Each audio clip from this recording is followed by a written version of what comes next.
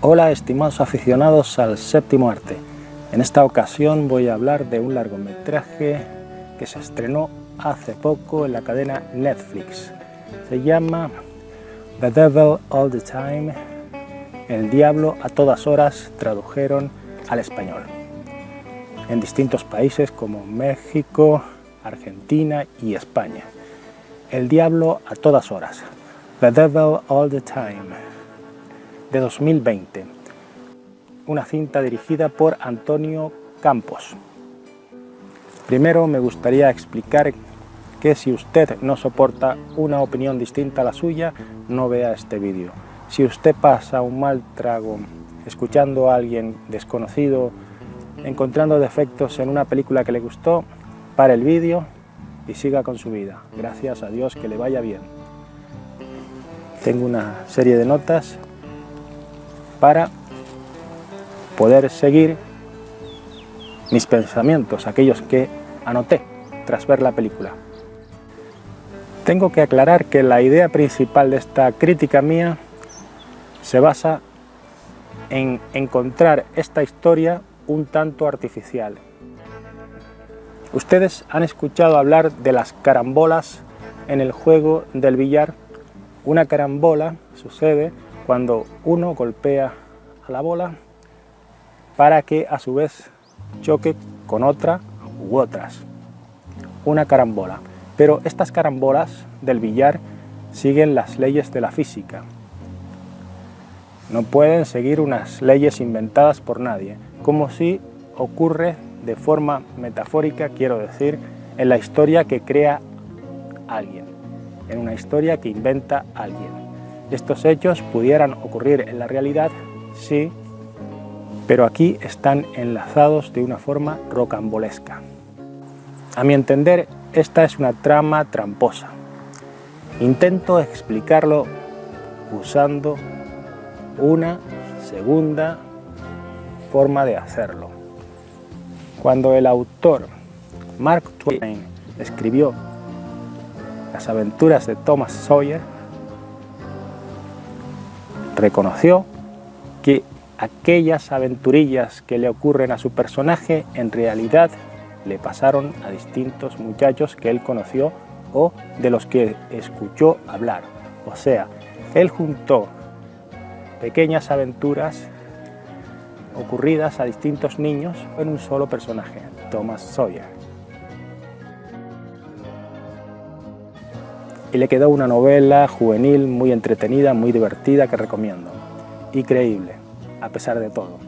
Porque son historietas, situaciones simpáticas, creíbles, que le pueden ocurrir a un niño en la realidad.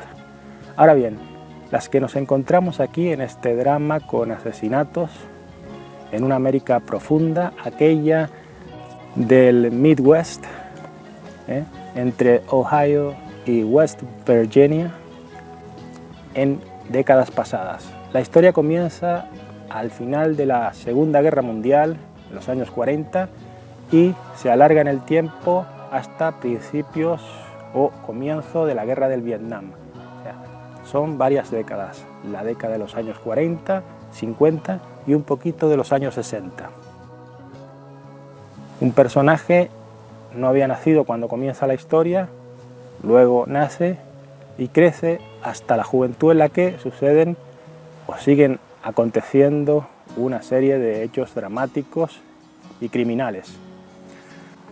Continúo. Yo encuentro en esta película una sobrecarga de elementos que por separado pudieran funcionar mejor, pero ya les digo, hay un artificio, hay algo que no me cuadra en este engranaje. Demasiadas historias juntas, demasiadas. Los personajes chocan unos con otros de forma casi increíble. Demasiados asesinatos en un pueblo o región tan diminuta. Aquel sitio es pequeño y sin embargo en unos pocos años nos encontramos con unos criminales. Ustedes pregúntense, ¿cuántas personas conocieron en su pueblo que asesinaron a alguien? ¿Cuántas? ¿Cuántas personas conocen ustedes capaces de matar a otra persona? ¿Una, dos, cuatro a la vez? ¿Y que interrelacionen entre ellas, como ocurre aquí? A mí me parece que este autor, queriendo asombrar a su público, apretó, dio demasiadas vueltas a las tuercas de su historia. Aquí nos encontramos a una serie de actores, un elenco maravilloso de intérpretes jóvenes de distintas partes del mundo que construyeron unos personajes de una forma muy completa. Cito sus nombres: Robert Pattinson es británico, Tom Holland es británico, Bill Skarsgård es sueco, Harry Melling es británico, es el niño de Harry Potter, Sebastian Stan es rumano-estadounidense. ¿Lo recuerdan? Aquí está casi irreconocible, ha ganado peso y sus gestos son muy distintos a los de aquella aventura de los Vengadores. El resto de actores son maravillosos, la verdad es que lo hacen muy bien. Por ejemplo, el fotógrafo asesino es un actor increíble, muy bueno. Hay una voz que narra la historia que es en la versión original la misma del autor de la novela. Este hombre se llama Donald Ray Pollock. Si bien su historia puede asombrar a muchos y puede resultar incluso interesante a otros tantos, yo me gustaría que ustedes echaran primero o después un vistazo, una visualización al largometraje La noche del cazador de 1955, dirigido por Charles Laughton. En la historia, aquí empiezo con una serie de spoilers, voy a contar una serie de sucesos cruciales para la película, para su trama, que quizás no está bien que sepan ustedes antes de verla, que me parecen algunos incluso un tanto ridículos. El párroco y el asesinato de su esposa. Poniendo a prueba su fe, mata con una especie de destornillador, un objeto punzante, golpeando el cuello de su mujer, esperando que luego resucite. La primera pregunta es, ¿está loco? Porque solamente un loco haría eso. La segunda, ¿es un completo imbécil? Luego se pone a gritar, esperando que Dios produzca el milagro. Esto no me cuadró, porque una persona capaz de hacer eso anteriormente tendría que haber demostrado una psicopatía, o sea, estar muy mal de su cabeza. Aquí se dice que el pariente, creo que es el hermano, está en silla de ruedas por otra prueba de fe, por tomar un líquido que creo recordar que es refrigerante para coches, y se quedó inválido. O sea, estos dos son imbéciles. En una prueba de fe se queda así el tipo en silla de ruedas y luego hace otra matando a su mujer para que Dios haga un milagro. A mí me gustaría cuestionarles a ustedes. Sean escépticos ante estas historias. Pregúntense, ¿pudiera ocurrir en la realidad? Claro que en la realidad ocurren o suceden hechos extraños, pero tantos, juntos, interrelacionados entre sí. Esto es contrario a la razón. El hecho de que ese párroco asesine a su mujer de esa manera esperando un milagro de que resucite. Aquí pudiera haber una explicación si esta historia la hubiera escrito Stephen King y estuviera el diablo realmente detrás o una fuerza malvada moviéndolos a todos a hacer esas cosas. Pero no la hay. Es una historia que pretende ser real, creíble. El tipo tendría que ser un demente. Nos encontramos sadismo en demasiados personajes. Usted ha vivido una vida y usted sabe que ha encontrado una persona sádica o dos a lo largo de toda su existencia, no tantas juntas, haciendo tantas estupideces. Yo realmente creo que estas historias por separado pudieran funcionar, por ejemplo, en una serie para la televisión, y que no estuvieran interrelacionadas entre ellas, porque queda ese efecto artificial, como digo. Aquí hay cosas que suceden muy rápido. Por ejemplo, el nuevo párroco, interpretado muy bien por Robert Pattinson, con un acento increíble que es irreconocible su voz casi. Este hombre es un británico imitando el acento de un estadounidense de Virginia. Y es difícil, créanme que es difícil.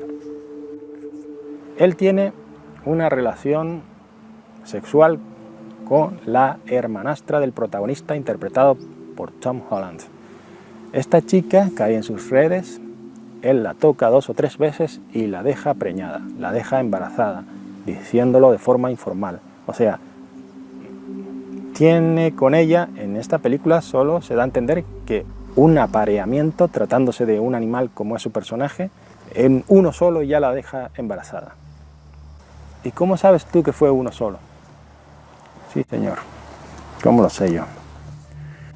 A mí este largometraje me resulta un claro ejemplo de lo sencillo que es engañar al público actual, que se cuestiona pocas cosas y se traga todo lo que parece popular o asombroso.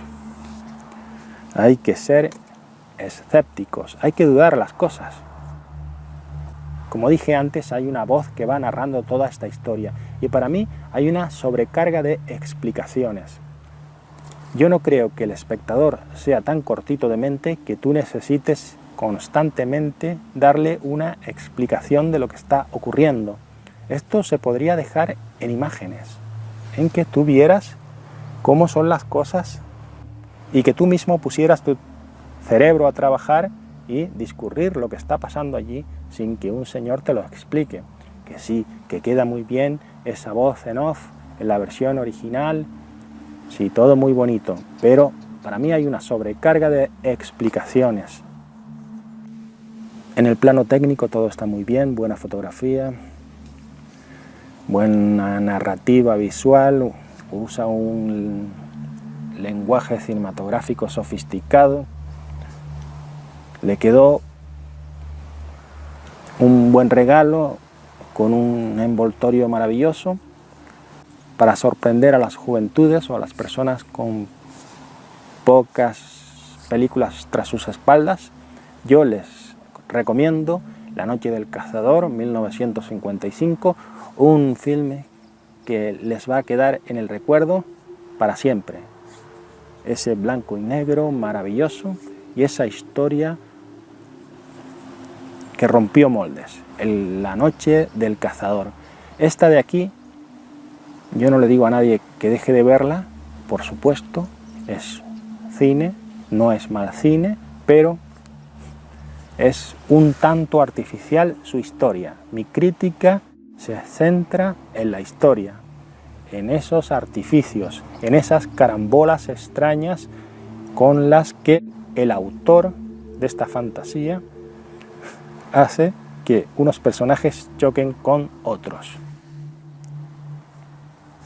Y me quito el sombrero ante los actores Tom Holland, Robert Pattinson y todo el elenco, porque lo hicieron muy bien, realmente muy bien. Hay quien dice que el actor sueco de la película It, el payaso aquel, una nueva versión que se estrenó hace poco, tiene un acento que no le quedó muy bien, le costó más a él, pero yo ahí no me meto. Dejo esa información, para mí realizó un buen personaje, muy bueno, sin embargo la historia no terminó de convencerme. Por separado me hubiera gustado más, si estas hubieran sido una serie de historias que no estuvieran artificialmente ligadas. Y me despido hasta el programa que viene, si es que hay un programa que viene. Que tengan ustedes un día agradable.